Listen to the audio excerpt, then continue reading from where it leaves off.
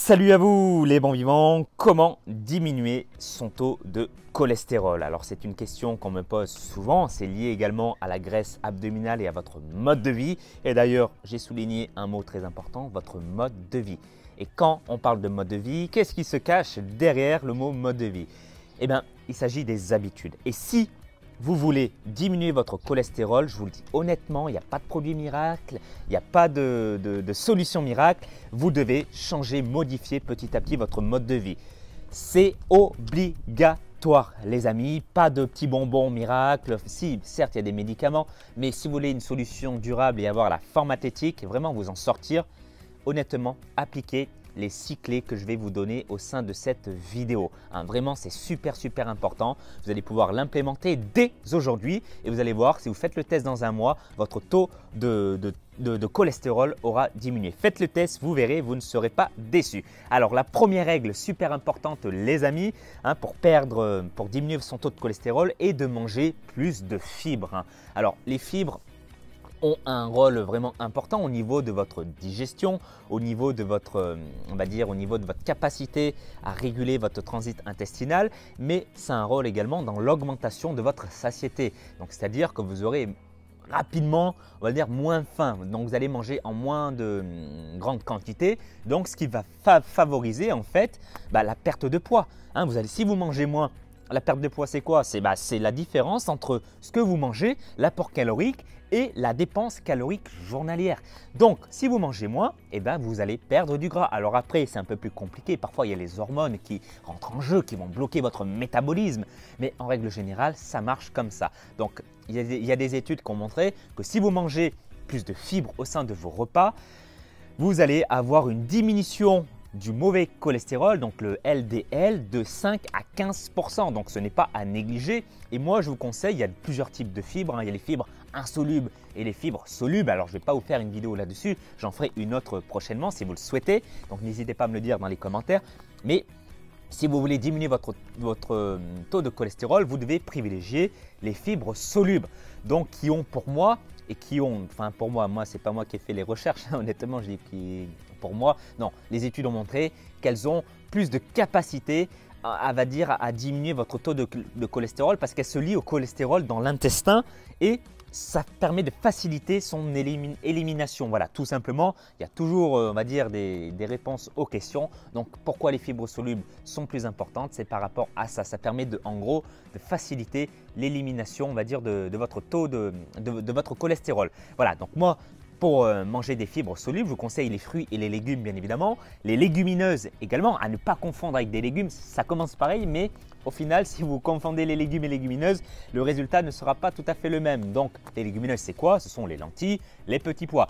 Et je vous conseille également de manger des céréales complètes, donc par exemple comme l'avoine, les flocons d'avoine ou le son d'avoine le matin au petit déjeuner, c'est excellent, excellent. Ok? Allez, c'est parti. Deuxième astuce, les amis. C'est même pas des astuces à ce niveau-là, c'est vraiment des stratégies. C'est miser sur les antioxydants.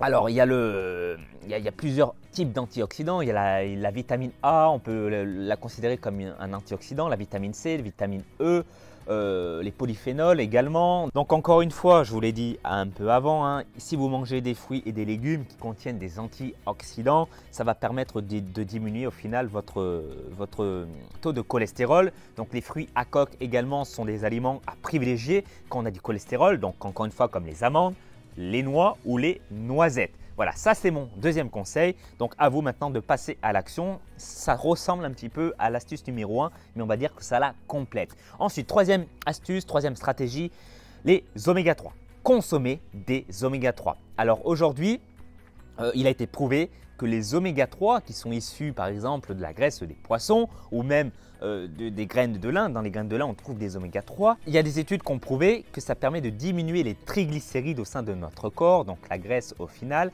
et ça permet également de diminuer l'inflammation au sein de notre corps. Vous le savez aujourd'hui qu'on mange un peu trop de viande comparé aux poissons, ce qui crée un déséquilibre oméga 6 oméga 3 et ce qui crée au final de l'inflammation qui peut se transformer même en inflammation chronique. Et quand on a de l'inflammation au sein de notre corps, c'est un terrain propice à différentes maladies, diabète de type 2, voire même des cancers, tout ce genre de choses. Et votre organisme fonctionne beaucoup moins bien. Donc aujourd'hui, vous devez consommer, je vous recommande des oméga 3. Donc mangez plus de poissons. Vous pouvez le trouver également dans les huiles de noix. L'huile de noix également contient des oméga 3 puisque les noix contiennent des oméga 3. L'huile de colza également. Mangez des poissons gras, saumon, thon. Vous pouvez en manger de temps en temps avec parcimonie quand même parce qu'ils sont pollués au mercure. Ce sont de gros poissons. Privilégiez toujours par exemple les petits poissons comme les sardines, maquereaux. Ça passe très bien.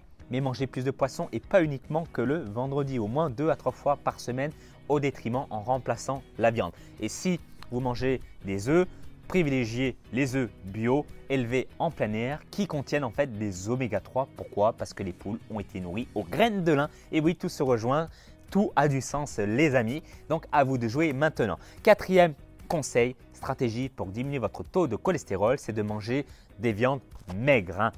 Donc quand je parle de viande maigre, je fais allusion aux volailles, aux veaux, aux lapins qui sont beaucoup moins gras, que par exemple la charcuterie ou la viande rouge qui contiennent un peu trop de graisse et qui peuvent conduire, alors il ne faut pas psychoter les amis, si vous en mangez de temps en temps avec plaisir, il n'y aura pas de problème. Mais si vous en mangez souvent, vous êtes un gros mangeur de charcuterie, saucisson, viande rouge, honnêtement ça peut conduire à une augmentation, c'est propice au cancer colorectal.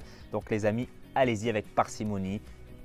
La vie c'est un équilibre, l'alimentation c'est un équilibre, tout est une question d'équilibre. Donc ne faites pas des excès, c'est simple, c'est uniquement ça la règle, il n'y a pas de recette magique, c'est une histoire d'équilibre. Ensuite, cinquième conseil que je vous recommande pour diminuer votre taux de cholestérol, c'est de bien sélectionner les produits laitiers. Donc on sait que les produits laitiers contiennent énormément de graisse, il y a beaucoup de lipides et forcément ce n'est pas l'ami pour les personnes qui ont du cholestérol. Donc le lait en général est beaucoup moins bien absorbé par nos intestins et tout ce qui est beurre ou crème, il faut, on va dire, pas le supprimer, on en a besoin pour cuisiner si vous êtes un grand cuistot, mais il faut plutôt le remplacer par une alternative plus intéressante. Donc remplacer par exemple le beurre par de la margarine à base de colza qui contiennent encore une fois, on se réfère au conseil numéro 3 qui contient des oméga 3.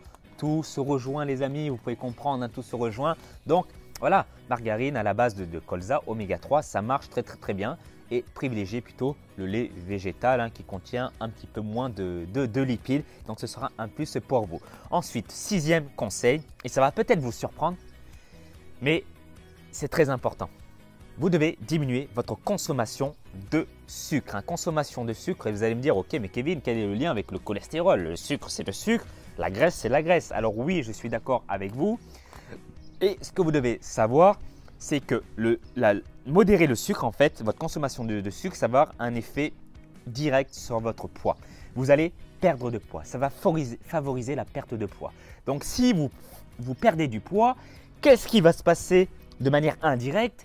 Vous allez avoir une diminution des triglycérides et donc au final une diminution de votre taux de cholestérol. Donc vous avez vu, en perdant du poids, en diminuant le sucre, au final vous allez abaisser votre taux de cholestérol. C'est pourquoi il est important, si vous avez un excès de graisse abdominale ou un excès de poids, de mettre les moyens pour mettre en place de bonnes habitudes pour arriver à votre objectif. C'est super important.